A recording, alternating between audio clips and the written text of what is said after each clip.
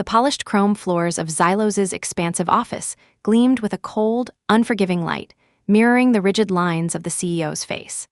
Suspended thousands of meters above the perpetual, shimmering planetary haze, within the Zenith Corporation Spire, the very air was as sterile and thin as Zylos's patience. Elias Vance stood before the enormous holographic desk, a quiet island of human grit in a sea of alien minimalist design. His worn denim jacket, faded from countless hours spent in grease and grime, and scuffed, reliable work boots were a stark, defiant contrast to the room's ethereal glow. He clutched his small, canvas work bag. The familiar, comforting weight of his well-used multi-tool, a roll of high-strength adhesive tape, and an antique, leather-bound notebook served as a grounding anchor against the oppressive, alien grandeur. "Mr. Vance," Zylos's voice, a smooth, amplified baritone, resonated with a crispness designed to assert absolute dominance. His facial ridges, usually a placid jade, now flared with a visible ripple of irritation, a clear sign of his displeasure. "We appreciate your unique contribution to Zenith over these past cycles. However, it has become undeniably clear that your methodologies are simply not aligned with our forward-thinking philosophy. Our designs are elegant. Our solutions are theoretical, precise, and above all, flawless." Zylos gestured dismissively at Elias' humble bag, a flicker of disdain in his multifaceted eyes. "We, at Zenith, do not employ primitive physical tools, much less adhesives." His tone was a carefully modulated blend of corporate politeness and thinly veiled contempt. To the advanced species of the galaxy, human reliance on tangible manipulation, on brute force solutions, was an endearing but ultimately inefficient relic of a less evolved past. Elias' lips twitched almost imperceptibly. He'd heard it all before: the endless pronouncements about human inefficiency, the clumsy nature of physical interaction, the quaintness of practical experience over pure theoretical computation. He'd endured the thinly veiled jokes about his monkey wrench and the sticky solutions his species so often relied upon to literally hold things together. Yet, his gaze remained steady, unflinching, meeting Zylos's without deference. He knew what his hands could do, what his methods had saved, what problems he had averted, even when the elegant, flawless alien tech had stumbled, tripped, and threatened to self-destruct. "Sometimes, CEO Zylos," Elias replied, his voice a low rumble, devoid of inflection but laced with an undercurrent of dry knowing. "Flawless designs have a nasty habit of meeting flawed reality. And sometimes, reality simply needs a bit of holding together." He shifted his weight, the leather of his boots creaking softly, a small, earthly sound in the silent, polished chamber. Zylos's facial ridges darkened further, shifting from jade to a stormy emerald. "That," he stated, his voice now sharper, "is precisely the kind of antiquated thinking we are systematically purging from Zenith. Your termination is effective immediately." A silent HR drone, its optical sensors unblinking and devoid of expression, glided forward. Its metallic digits extended, presenting a shimmering holographic termination agreement in the air between them. Elias reached out, and the words scrolled across the light-projected interface, detailing his severance package. It was generous, an acknowledgement of his past work, an attempt to buy his silence, to make him disappear quietly into the annals of corporate history. He signed with a thumbprint, the act feeling strangely satisfying, a quiet refusal to be cowed by Zylos's pomp and circumstance. As he turned to leave, Zylos added, a smug curl to his lip, his voice dripping with condescension, "Perhaps you can find a suitable position in some Earth-based venture. They still appreciate such quaint techniques, I'm sure." Elias offered no spoken response, simply met Zylos's gaze with a faint, knowing smirk that was more unnerving than any argument could have been. He turned and walked out, his steps echoing slightly in the immense, silent corridor, the old tools in his bag warm and solid against his hip. The sting of dismissal was real, a dull throb of professional injustice, but it was overshadowed by a secret, stubborn conviction that Zylos might one day profoundly regret this particular bout of theoretical arrogance. He walked out not a defeated man, but a man unburdened, carrying not just his tools, but a quiet, dangerous certainty. Weeks bled into a desperate scramble, and the Zenith Corporation Spire was anything but silent. Alarms blared through the engineering command center, a vast, multi-tiered chamber that usually hummed with the quiet, almost meditative efficiency of holographic displays. Now an inferno of crimson light pulsed, screaming warnings across every polished surface and data stream. The air, typically sterile and perfectly circulated, was thick with the acrid scent of ozone, the metallic tang of overworked energy conduits, and the rising miasma of fear. Zylos, his posture rigid with a desperate attempt at control, barked orders at a dozen alien engineers. His voice taut with a rapidly escalating panic that threatened to shatter his carefully cultivated composure. Reroute secondary energy conduits. Analyze core frequency oscillations. We need to stabilize the Genesis core immediately. His commands, however, were proving futile, each one more desperate than the last. Each proposed high-tech solution, calculated and precise according to their most advanced algorithms, only seemed to exacerbate the underlying problem, driving the colossal reactor deeper into instability. The holographic readouts, once models of elegant data and predictive analytics, now flashed violent crimson, depicting a colossal energy reactor spiraling uncontrollably towards a catastrophic thermal runaway deep beneath the spire. A particularly violent energy surge ripped through the chamber, rattling the very foundations of the immense structure, sending showers of superheated sparks cascading from an overhead conduit. A chorus of terrified clicks, whistles, and chirps erupted from the assembled engineers, their smooth facial ridges rippling with visible anxiety. Kale, a junior engineer with wide, naturally inquisitive eyes and facial ridges that typically remained a calm azure, stared at the raw, unfiltered data streaming across his console.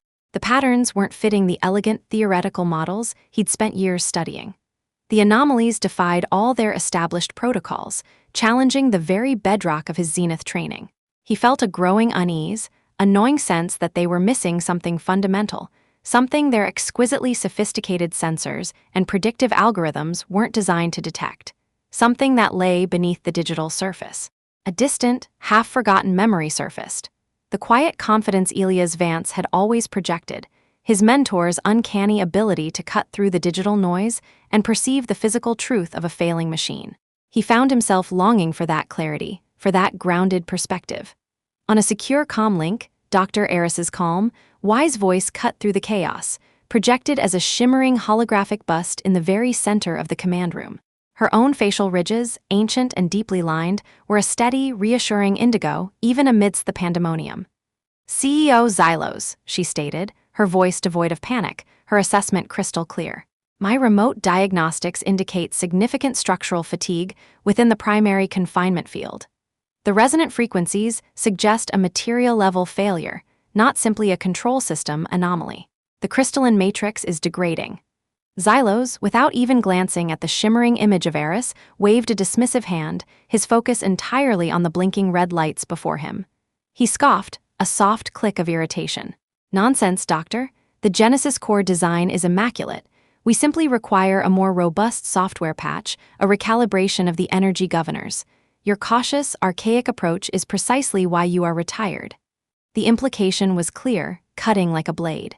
Her wisdom was outdated, her warnings irrelevant, the product of a mind unable to grasp the pure theoretical perfection of Zenith's current designs. But Kale, watching from his console, saw the flicker of profound concern in Eris's holographic eyes, a deep-seated worry that mirrored his own burgeoning fear. The company, the entire planetary sector, was teetering on the brink of unimaginable disaster, and Zylos's unyielding arrogance was a suffocating blanket woven from pride and denial, actively obscuring the terrifying truth. The crisis intensified, a slow-motion catastrophe unfolding with agonizing certainty. Days bled into a desperate, sleepless scramble, and the Genesis core's distress calls grew louder, more guttural, a hungry beast devouring itself from within. Zenith Corporation, once the undisputed titan of galactic energy, teetered on the brink of bankruptcy, its stock plummeting faster than a meteor through a fragile atmosphere. Whispers of a catastrophic meltdown, capable of devastating the entire inhabited region around the spire, had mutated into frantic shouts, then screams of panic emanating from the lower levels. Zylos, his meticulously maintained facade finally cracking under the immense, crushing pressure, paced his disheveled office like a caged predator. The once gleaming chrome now seemed dulled by the pervasive anxiety, reflecting his own pallor. The pristine, minimalist space looked abused, holographic displays flickering erratically with increasingly dire projections of energy flux and impending structural failure. Finally, in a desperate move that cost him every ounce of his considerable pride and shattered the last vestiges of his corporate ego, Zylos made the call. Elias answered on the second ring, his voice calm, an irritatingly even timbre that grated on Zylos's frayed, raw nerves.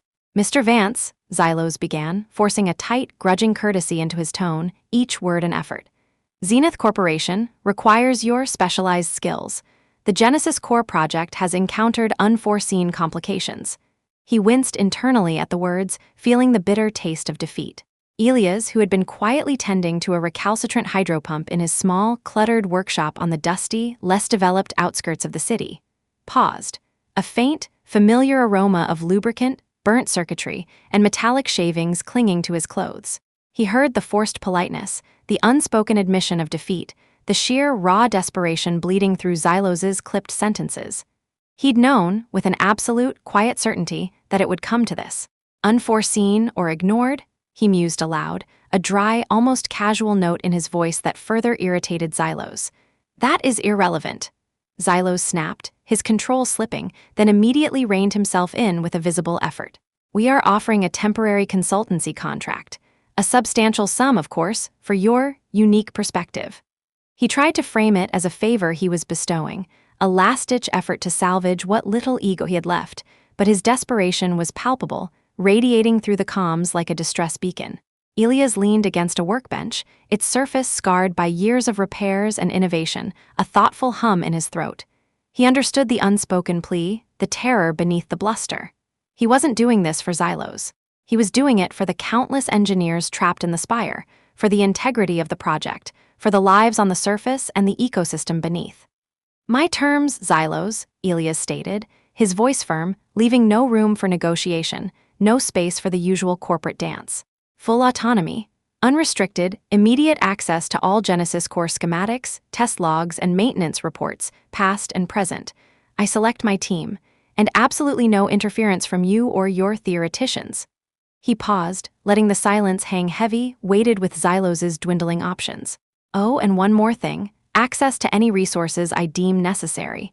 No supply chain issues, no delays. If I ask for a specific component, it appears within the hour, no questions asked." Zylos bristled, his facial ridges flashing a furious crimson. "Those terms are unprecedented. I am the CEO," he spluttered, clinging to his last shred of authority. "And the core is melting," Elias countered simply, his tone unwavering. "Take it or leave it. I've got a tricky bypass valve that needs my attention, and frankly, it sounds more pressing than this conversation." The corporate representative, a silent, gray-skinned observer in Zylos's office, subtly gestured for compliance, its optical sensors fixed on the plummeting stock indices. Zylos's jaw tightened, a muscle throbbing visibly in his temple, his eyes darting between the data streams and the unflappable Elias. "Agreed," he bit out, the single word laced with bitter, undeniable defeat.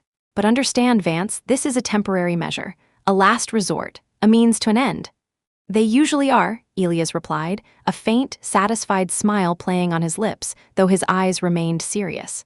He disconnected the call, picked up a gleaming chrome wrench from his workbench, and began packing his tools into his canvas bag, a renewed sense of quiet purpose settling in his chest.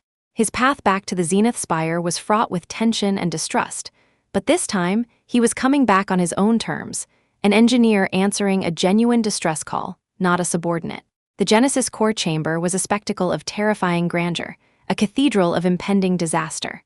A colossal cavern, miles deep beneath the Zenith Spire's foundation, pulsed with an unstable, throbbing crimson light, reflecting off sparking conduits, vapor leaks, and crumbling structural supports. The air was a heavy, metallic soup of ozone, fear, and something else, the acrid tang of burnt circuitry and stressed alloys, a smell Elias recognized intimately. Emergency lights, powered by dwindling auxiliary generators, cast long, flickering shadows that danced like tormented specters across the colossal reactor's menacing silhouette. The low, guttural roar of unstable energy resonated through Elias' very bones as he stepped into the maw of the crisis, his flashlight beam cutting a stark path through the gloom.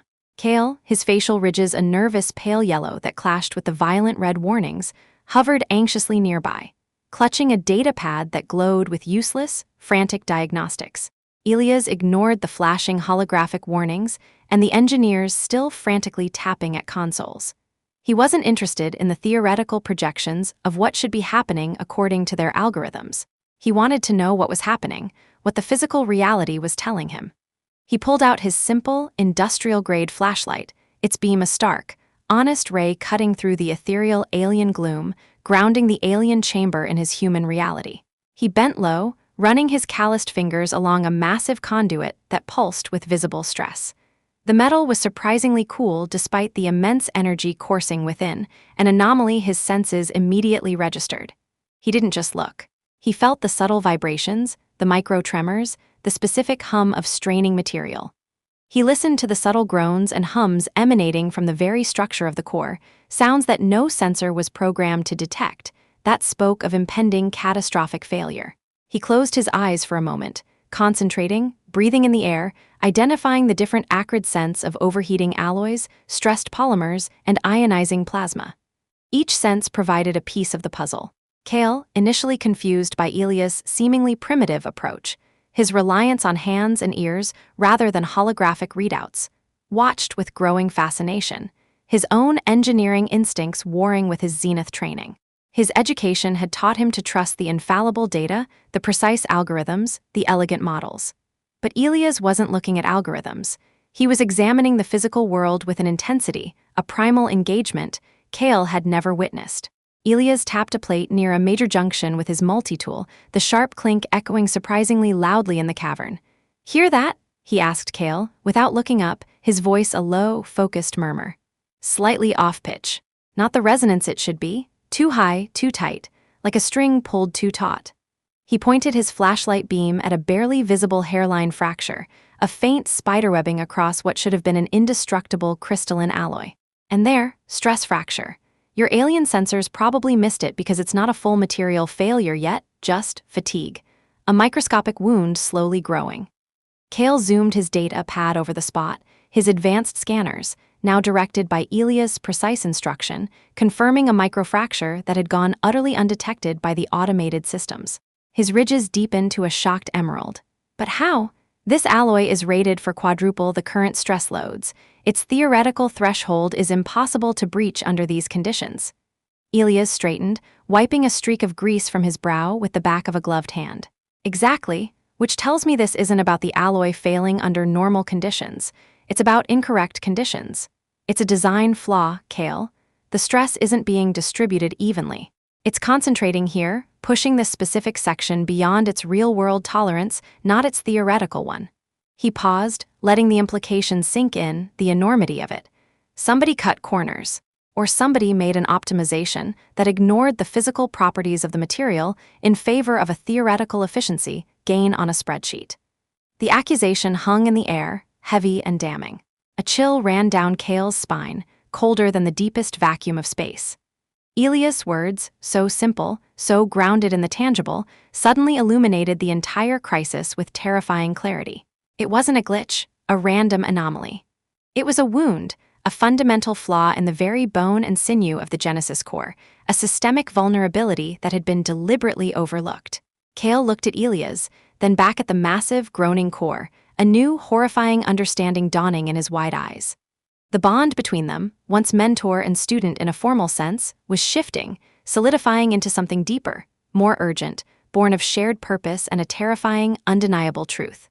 Elias stood before a holographic projection of the Genesis core, his hand-drawn diagrams, scrawled with his own unique symbols and notes, layered over the precise alien schematics. He gestured with a worn stylus, the tips of his fingers smudged with grease and carbon. The temporary command post, hastily set up near the core's churning heart, was a curious, almost jarring blend of advanced alien tech and Elias' makeshift workbench, littered with real, tangible tools. Spools of high-tensile wire, discarded alloy fragments, a well-oiled plasma torch, and the ever-present, humble roll of high-strength adhesive tape. "My plan," Elias explained to the assembled alien engineers, his voice calm and steady amidst the low, menacing thrum of the struggling core, involves reinforcing these primary stress points with custom-fabricated plating. We'll use alloys salvaged from Zenith's own decommissioning yards, materials designed for robust, physical applications. We'll then bond them with a high-strength polymer adhesive, specifically engineered for molecular integrity under extreme conditions, and finally secure them with strategic bracing. Think of it as building a new internal skeleton, supporting the structure from the inside out, redistributing the load. A lead alien engineer named Zylos, a being with impeccably smooth obsidian skin, sharp, condescendingly narrow optical sensors, and an air of intellectual superiority, scoffed, a sound like grinding gravel. Reinforced plating, bracing, Engineer Vance, these are concepts from pre-warp drive mechanics. Crude, inelegant. His voice was laced with undisguised disdain for such low-tech solutions, an affront to his refined sensibilities. Our structures are designed with elegant, inherent strength, with self-adjusting internal fields. Any solution must be integrated seamlessly, with minimal physical alteration. We require a proper solution, a harmonic frequency recalibration, a quantum phase adjustment, not a glorified patch. The very idea is an insult to the core's architectural integrity. Another engineer, her facial ridges rippling with academic disapproval, added, indeed. Such methods would be inelegant, inefficient. They would disrupt the aesthetic integrity of the core's energy flow. And the polymer adhesive, it's entirely too viscous. Kale stepped forward, his facial ridges a worried gray, trying desperately to bridge the widening cultural chasm, to translate Elias' pragmatism into terms they might understand.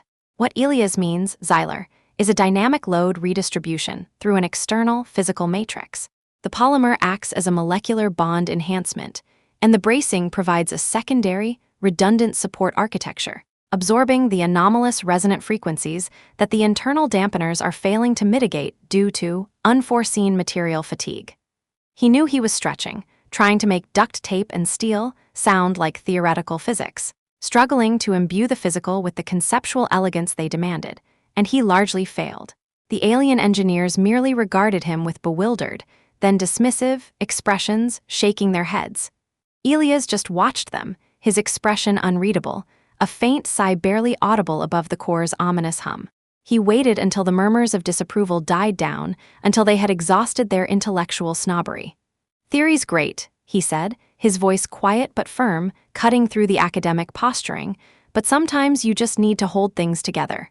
He wasn't trying to be dismissive. He was stating a plain, undeniable fact that their data streams and algorithms refused to acknowledge. The core was failing not because of some complex theoretical conundrum, but because theoretical elegance had stubbornly ignored brutal physical stresses. Their continued insistence on theoretical elegance, on purely digital solutions, was now actively jeopardizing their lives, their civilization. He knew he was isolating himself further, reaffirming their ingrained prejudices against humanity's practical approach, but he couldn't compromise on the fundamental truth of the problem. His determination, far from being shaken by their scorn, only solidified. He would fix the core, whether they understood his methods or not.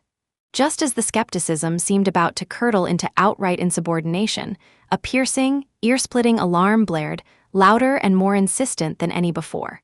A holographic schematic of the Genesis core, previously showing a stable section, now flared a violent, sickening crimson. A critical conduit, one of the main energy transfer lines that supplied power to the entire spire, was rupturing. Steam hissed, thick and corrosive, and a high-pitched whine filled the air, rapidly escalating to a terrifying metallic shriek that grated on every nerve. "It's destabilizing," Zylos cried, his composure finally cracking, his smooth obsidian skin paling to ash. "Automated bypass systems are failing to engage. We need to reroute the energy cascade, but the pressure is too high. The breach is too violent." Panic seized the command center, paralyzing the highly trained engineers. Elias didn't hesitate for a microsecond. Instinct, honed by decades of real-world crises, took over. He grabbed a roll of heavy-duty, heat-resistant patch material from his workbench, then snatched his trusty roll of high-strength adhesive tape. "No time for bypass," he shouted over the deafening din, already sprinting towards the compromised conduit, Kale a step behind him, his fear replaced by a desperate, unwavering resolve. Two skeptical alien engineers, Zylos among them, watched in horror, paralyzed by the sudden, terrifying escalation, their theoretical solutions rendered utterly meaningless. Reaching the conduit, Elias saw the fine mist of superheated vapor escaping from a jagged, spiraling tear in the alloy. The metal around it glowed with an ominous, unstable light, shimmering with uncontrolled energy. He pressed the thick, heat-resistant patch firmly over the rupture, feeling the searing heat even through his reinforced, industrial-grade gloves, the heat radiating through his hands. It held for a desperate moment, the patch bubbling slightly, but the sheer force of the escaping energy threatened to rip it free, to peel it back like flimsy paper. "Kale, give me some tension," Elias yelled, his voice strained, his muscles taut. Kale, his earlier anxiety replaced by frantic, absolute focus, understood immediately. He grabbed a piece of thick, flexible polymer cabling, originally intended for minor sensor arrays, and began to wrap it tightly around the conduit, a few feet from the rupture, trying to provide counterpressure to brace the stressed metal. His fingers fumbled for a moment, then found their rhythm, guided by Elias' urgency. Elias then began to apply his high-strength adhesive tape. He didn't just wrap it haphazardly. He layered it, pulled it taut with a powerful, practiced grip, pressed it down with the precise, methodical movements of 1,000 jury-rigged repairs in forgotten corners of the galaxy. Each layer was meticulously placed, overlapping, binding the heat-resistant patch, the improvised polymer cabling, and the conduit itself into a single, cohesive unit. The tape, a seemingly simple object Zylos had dismissed as primitive, was engineered for extreme temperatures, pressures, and molecular adhesion. It clung with an almost preternatural grip, refusing to yield, becoming an extension of Elias' will. The rhythmic, tearing sound of the tape being ripped from the roll, usually so mundane, now sounded like the desperate, defiant beat of a drum against the shrieking conduit, a counterpoint to the impending disaster. The skeptical engineers watched, jaws agape, their optical sensors wide with disbelief, as the vapor leak slowly, miraculously diminished. With a final, decisive pull and a firm press, Elias secured the last layer of tape, smoothing it with his palm, feeling the last of the heat dissipate. The shriek from the conduit subsided to a strained hiss, then to a whisper, and finally to silence. The emergency alert for that specific section, which had been flashing a critical, violent red, flickered, then reverted to a stable, comforting green. A stunned, profound silence descended upon the command post, broken only by the core's diminished, rhythmic hum. The air, which had been thick with smoke and ozone, slowly cleared, carrying away the stench of fear. Elias, covered in a fine sheen of sweat and the dust of the core, simply leaned back, taking a deep, ragged breath, the scent of success filling his lungs. He flexed his aching fingers, feeling the residual heat. The silence was a balm. "See," he muttered, a dry, tired smirk on his face. "Sometimes you just need a bit of holding together." It was a small victory, a temporary reprieve, but in the face of such overwhelming, high-tech failure, it was a profound one, a stark demonstration of human ingenuity. For the first time, a flicker of grudging respect, or at least bewildered consideration, crossed the faces of the alien engineers. The small victory, however, was short-lived. Elias had submitted his initial, crucial material requests: specific, robust alloys for the reinforcing plates, specialized polymers for the bonding agent, and high-tensile conduits for urgent energy redirection. He needed them quickly, within hours, not days. But the supply manifests, which Kale diligently tracked from his terminal, showed constant, inexplicable delays. "Another supply chain issue, Elias," Kale reported, his voice tight with frustration, his facial ridges a worried gray. "The high-stress alloys have been rerouted to a priority research project in Sector Gamma. The specialized polymers are stuck in customs review. It makes no sense. The core is still unstable." Elias leaned over Kale's console, his eyes scanning the rerouting logs, the corporate authorizations. He saw Zylos' distinctive corporate signature on the approval. It wasn't a mistake, not an administrative error. It was deliberate, calculated obstruction. Zylos, still reeling from the profound humiliation of rehiring Elias and the public display of primitive success, was actively trying to hobble his efforts, to undermine his solutions. The thought ignited a slow, simmering anger in Elias, a cold fury that tightened his jaw, but his face remained impassive, betraying none of his internal turmoil. "Of course it makes sense, Kale," Elias said, a quiet, dangerous note in his voice. "Zylos wants me to fail. He wants his elegant, high-tech solutions to be proven right, even if it means this whole spire goes supercritical, even if it means thousands of lives are lost." He slammed a fist lightly on the console, the quiet thud echoing in the cavern. "This isn't just incompetence anymore. This is sabotage." Kale's facial ridges flared to an angry crimson, a color Elias had rarely seen him display. "But that's unthinkable." He would endanger thousands of lives just to protect his pride, to save face? The idea was alien to Kale's ethical framework. He's already endangered thousands, Elias countered, his gaze fixed on the flickering Genesis core schematic, the swirling, unstable energy it represented. He did it when he rushed this project to market with a fundamental design flaw, when he swapped out safety for profit. This is just him trying to cover his tracks, trying to ensure there are no witnesses to his failure if the core finally blows. Elias took a deep, steadying breath, pushing down the surge of raw frustration. This was Zylos's game, a dangerous political chess match played with human lives, and Elias knew how to play it better than anyone. All right, Kale, we adapt. Where's the obsolete storage bay? The one they filled with all the inefficient materials and outdated designs when Zylos took over. The stuff they deemed too crude for Zenith's pristine image. Kale's eyes widened, a flicker of mischievous understanding replacing his anger. Sector 7 Gamma? That's for decommissioned hardware, ancient stuff. They even have physical tools from when they first contacted humanity, relics they never bothered to process. Perfect, Elias declared, a grim, determined smile spreading across his face. Zylos just gave us our new supply chain. They might call it obsolete, but I call it resourceful. Go, find me some good, solid plating. Anything that can take a beating, anything with real structural integrity. And see if they have any of those old, high-pressure sealant pumps. We'll make our own priority research project out of his cast-offs, his discarded primitivism. He was turning Zylos's petty sabotage into an unlikely opportunity, forcing himself and Kale to improvise further, strengthening his resolve to not just fix the core, but to expose the rotten, self-serving core of Zenith's leadership. With the material delays piling up, and Zylos's calculated sabotage a clear and present danger, Elias realized he needed more than just salvaged materials.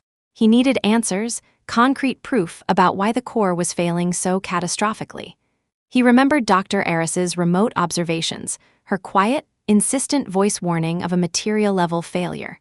He sought her out, finding her not in some grand, bustling research facility, but in a dusty, largely overlooked corner of the spire. A hidden research lab that hummed with the quiet, reassuring glow of older, more robust data terminals. Shelves overflowed with physical records, weighty tomes, and forgotten devices, a sanctuary for knowledge deemed inefficient or outdated by the current regime.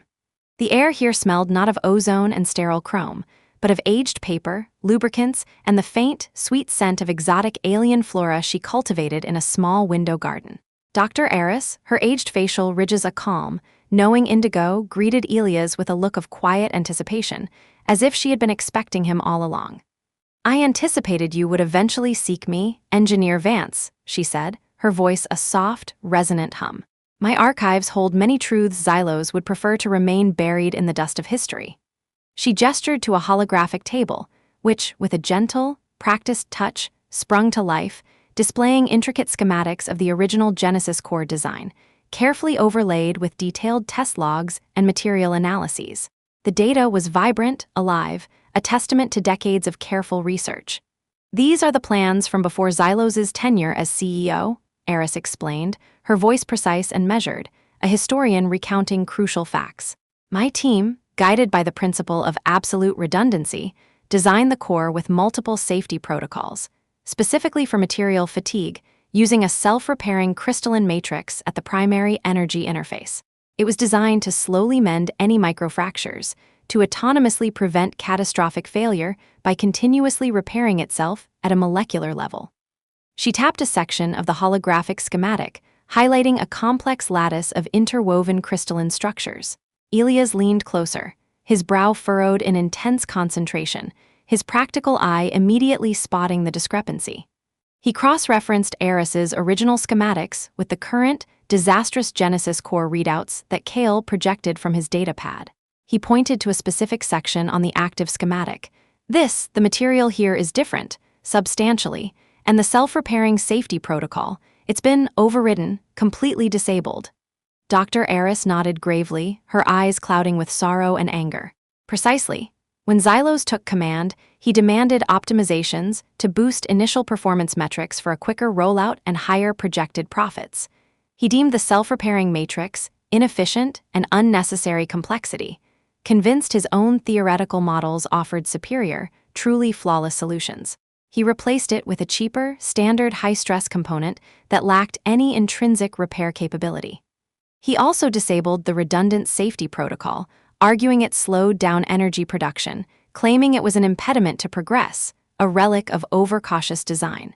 He believed the theoretical stress calculations, generated by his algorithms, were sufficient, overriding decades of practical material science and field-tested safety engineering. She sighed, a deep, weary sound. He prioritized the elegance of profit and his own theoretical purity over the elegance of safety. Cale, who had been quietly absorbing every word, gasped aloud. His facial ridges blanched a ghostly white, reflecting the horror that twisted his features. He swapped out a critical component for a cheaper one and deliberately disabled the failsafe? That's criminal negligence. He knowingly jeopardized thousands of lives for financial gain. The realization hit him with the force of a physical blow, shattering his naive belief in corporate integrity. It wasn't just a flaw. It was an intentional, reckless act driven by greed and theoretical arrogance, a cold calculation that traded lives for profit. Zylos hadn't just miscalculated, he had knowingly built a ticking time bomb. Elias' jaw tightened. His anger, which had been simmering just beneath the surface, now flared into a cold, righteous fury, a dangerous fire in his eyes. Zylos wasn't just an arrogant fool. He was a menace, a selfish tyrant in polished chrome. The stakes had just ratcheted sky-high, far beyond mere engineering. This isn't just about fixing a reactor anymore. It was about exposing a dangerous deception, about holding Zylos accountable for the lives he had imperiled, for the trust he had so cynically betrayed. "Then, we don't just repair it, Doctor," Elias said, his voice low and resolute, a promise and a threat. "We rebuild it better than he left it, and we make sure everyone knows exactly why it failed and who is truly responsible." Dr. Eris met his gaze, a glint of renewed purpose in her ancient eyes, her quiet resistance finally finding its champion. This was the fight she had been silently waiting for, a chance to reclaim the integrity of Zenith. The Genesis core chamber was no longer a place of mere unstable energy. It was a maelstrom of failing systems and impending doom, a colossal beast in its death throes. The low roar had become a deafening, guttural bellow that vibrated through the floor and clawed at their eardrums. Sparks erupted in blinding, furious flashes across every surface, illuminating the spiraling chaos. Structural supports groaned and buckled with terrifying slowness, showering the floor with collapsing debris, chunks of metal and crystalline alloy. Superheated vapor and acrid, burning smoke choked the air, making it hard to breathe, hard to see, hard to even think. The emergency lights flickered erratically, threatening to plunge the entire cavern into absolute blackness at any moment. Elias, his face streaked with sweat, grime, and the dark residue of scorched metal, moved with a frantic, focused energy. Guided by the flickering beam of his industrial flashlight and the steady, impossibly calm voice of Dr. Eris through his comlink. "Target the resonant frequency modulator, Elias." Eris's voice cut through the chaos, clear and precise, a beacon in the storm. "It's oscillating beyond critical parameters. If it fails, the entire confinement field collapses. It's the linchpin." "Got it." Elias grunted, already there, his movements fluid despite the shaking ground. He welded a custom-fabricated brace, a thick, crudely cut plate of Zylos's discarded, obsolete alloys onto the trembling modulator. The crackle and hiss of the plasma torch briefly overwhelmed the core's roar, illuminating the cavern with an intense, blue-white light, casting their frantic shadows larger than life. He pressed the plate firmly into place, the metal searing hot even through his heavy gloves, then quickly applied specialized heat-resistant patches, salvaged from ancient emergency repair kits in Sector 7 Gamma. Finally, layers of his high-strength adhesive tape, the very tape Zylos had mocked, were wrapped, pressed, and bound around the patches, creating an airtight, virtually unbreakable seal. A testament to practical ingenuity over theoretical arrogance. Cale, his own facial ridges fluctuating wildly between abject fear and fierce determination, worked alongside Elias, a true partner in the chaos. He'd shed his formal tunic, his hands now grimy, his movements surprisingly agile and instinctive. "The power conduits are overloading, Elias," he yelled, his voice strained but clear. "Zylos is attempting to re-engage the automated alien systems. He's trying to override your manual fixes to wrest control back." Elias' head snapped up, his eyes narrowing, a dangerous glint within them. Damn him, Kale, reroute auxiliary power to the dampening field immediately, flood it, and then jam his remote override, anything to cut him off. Zylos' voice, distorted and frantic with a mix of fear and rage, crackled over Elias' comms, an unwelcome intrusion. Vance, cease your barbaric interference. The automated systems are designed to correct these anomalies. You are endangering us all with your primitive methods. You endangered us, Zylos. Elias roared back, ignoring the comms protocol, his voice echoing in the cavern, a furious challenge hurled at the absent CEO. He pointed to a console that was sparking violently. Kale, that one, overload the signal, fry his remote access, make sure he can't touch a single control. Kale nodded grimly, his face a mask of resolute fury, punching in a series of complex commands, his fingers a blur across the sparking interface. With a violent surge of power, sparks flew from the console, briefly arcing across Kale's face, and Zylos' voice on the comlink dissolved into sputtering static. Then absolute, welcome silence. Kale had cut him off, severing Zylos' last, desperate link to the core. Meanwhile, another section of the core shuddered violently, a groan of pure structural agony that vibrated through Elias' feet. New fissure forming, Elias, Eris warned, her voice still unwavering, a lifeline of logic. Directly above the primary energy conduit, it's expanding rapidly. Elias glanced up, his eyes scanning the cavern's immense ceiling. A hairline crack was indeed spiderwebbing rapidly, radiating outwards like a malevolent neural network across the gleaming crystalline alloy. If it ruptured, if that crucial support failed, the entire reactor would become supercritical, unleashing its contained sun upon them. Okay, Kale, we're going for broke. I need a full energy redirection. Give me everything the auxiliary power grid has to offer, aimed at the primary conduit. It might just be enough to push the core back into a stable state, if we can hold this fissure, even for a few more moments. Kale, his hands a blur of focused motion, began to manipulate controls, rerouting massive surges of energy from the struggling auxiliary grid, the holographic displays reflecting the terrifying power he was channeling, the numbers screaming towards critical mass. Elias grabbed a massive spool of the high-strength tape, the last remaining roll. "This is it, Kale," he shouted, leaping onto a precarious catwalk that swayed violently above a swirling pool of iridescent plasma. He braced himself against the shuddering wall, feeling the immense structural strain, then began to apply the tape in massive, overlapping layers across the rapidly widening fissure. The material was searing hot against his gloves, threatening to melt through the reinforced polymers, but he pushed through the pain, feeling the heat radiate through his very bones, threatening to burn him alive. The core roared, a sound that threatened to burst his eardrums, a cosmic beast in its final throes. Debris rained down around him, showering him with sharp, metallic fragments. He could feel the entire structure straining, twisting, threatening to tear itself apart, the air thick with the smell of scorched metal, ozone, and the rising stench of fear. He pressed, pulled, rapped, his movements primal, utterly focused, a desperate dance against time and entropy. His muscles screamed with exertion, his lungs burned, but he pushed past it, seeing the faces of Kale, Eris, and all the innocent engineers trapped in the spire, their lives hanging by the literal thread of his tape. Then, with a final, desperate application of tape, a massive surge of power from Kale's redirection efforts, and a dramatic, bone-jarring thunk that resonated through the entire cavern, shaking them to their core, the Genesis core stabilized. The roar lessened, the violent flashes subsided to a rhythmic, reassuring pulse, and the torrent of sparks diminished to a gentle, controlled crackle. The emergency lights, which had been flickering frantically, settled into a steady, comforting glow, bathing the cavern in a soft, golden light. Silence, profound and absolute, descended upon the chamber, broken only by the soft, renewed hum of stability. The air, which had been thick with smoke and ozone, slowly cleared, carrying away the stench of fear. Elias, leaning against the now silent conduit, his chest heaving, his body aching, slowly slid to the ground, utterly exhausted, a triumphant wreck. He was covered in soot, sweat, and the triumph of pure, unadulterated human ingenuity. Kale, equally breathless, stared at the stabilized core, then at Elias, a mixture of awe, relief, and elation washing over his face. They had done it. Against all odds, against all theories, they had done it.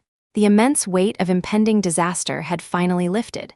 In the aftermath, the Zenith corporate boardroom, usually a hushed bastion of absolute corporate power, was now alight with camera flashes and the relieved chatter of employees and galactic news reporters.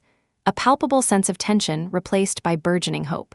Elias Vance, looking tired but composed, his eyes still bearing the shadow of the near catastrophe, stood before the corporate board members. His once grimy jacket was now cleaned, his tools conspicuously absent, replaced by a quiet dignity that commanded attention. Cale stood proudly beside him, his facial ridges a steady, confident blue, a stark contrast to his earlier anxiety, while Dr. Eris, serene and wise, sat at the holographic table, her presence lending an air of gravitas. The Genesis Core, Elias began, his voice clear and unwavering, cutting through the murmurs, was stabilized not by advanced theoretical algorithms or by the elegant solutions that failed us repeatedly, but by addressing fundamental material science and structural integrity using methods that, while deemed primitive by some, proved effective when all else failed. He paused, letting his words sink in, a quiet indictment. He then gestured to Cale and Dr. Eris. This success was only possible with the unwavering support and brilliance of junior engineer Cale, who fearlessly assisted under unimaginable pressure, and the profound wisdom and historical knowledge of Dr. Eris, whose archived data proved crucial in identifying the true nature of the flaw, a flaw that was deliberately engineered into the core. A collective murmuring, shocked and indignant, rippled through the room. The board members, their expressions a mixture of profound relief and deep embarrassment, quickly moved to distance themselves from the scandal.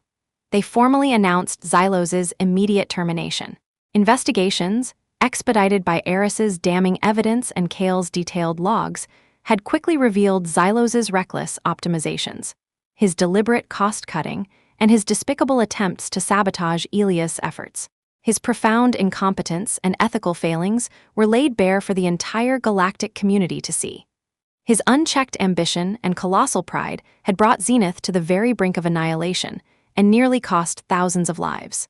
As if on cue, Zylos, stripped of his CEO finery, his opulent robes replaced by a simple, unadorned tunic of a common Zenith employee, was escorted out by two impassive security drones. His once proud posture was slumped, his shoulders bowed, his facial ridges a sickly gray, his head lowered in shame. He passed Elias, but could not meet his gaze, shame radiating from him like oppressive heat. Elias watched him go, feeling no satisfaction, no schadenfreude, only a profound sense of justice served and a quiet acknowledgement of the burden of leadership. Galactic news reports, streaming across the room's holographic displays, blazed with triumphant headlines. Human engineer saves Zenith Core with primitive methods, and the tape that held a civilization together. Elias Vance was hailed as a hero, a reluctant symbol of human adaptability, tenacity, and ingenuity, his story echoing across star systems.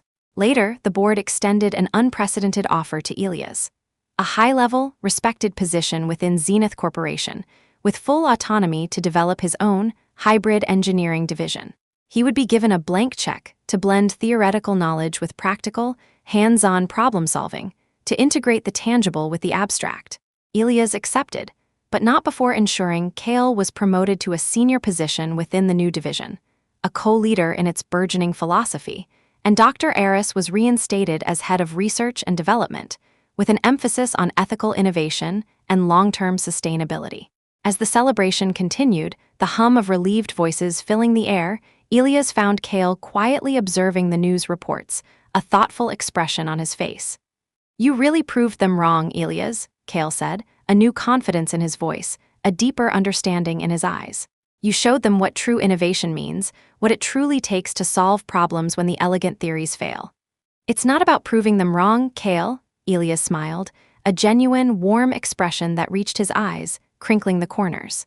"It's about proving there's more than one way to solve a problem. That sometimes, the simplest solution, built on experience and understanding the physical world, is the most effective. It's about being truly resourceful." He clapped Cale on the shoulder, a gesture of camaraderie and mentorship. "And our job, starting now, is to show a new generation that elegance isn't just about the flawless lines on a schematic or the beauty of a complex algorithm. It's about how well something works, how reliably it functions under pressure. It's about getting your hands dirty and understanding the truth of the materials. It's about finding the balance." Human ingenuity, once scoffed at, once dismissed as quaint and primitive, was now officially recognized as a valid and vital approach in galactic engineering circles, a foundational pillar of the new Zenith.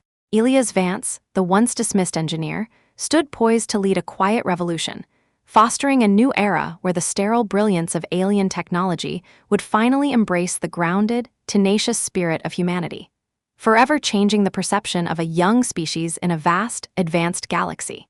He had sought to prove the validity of his methods, to earn respect, to save Zenith. He had done all that, and in doing so, had unexpectedly embraced a prominent leadership role, forging a legacy far beyond his initial quiet desires. The future of Zenith, and perhaps the galaxy itself, would be built on the strength of elegant theory and the unbreakable bond of high-strength adhesive tape.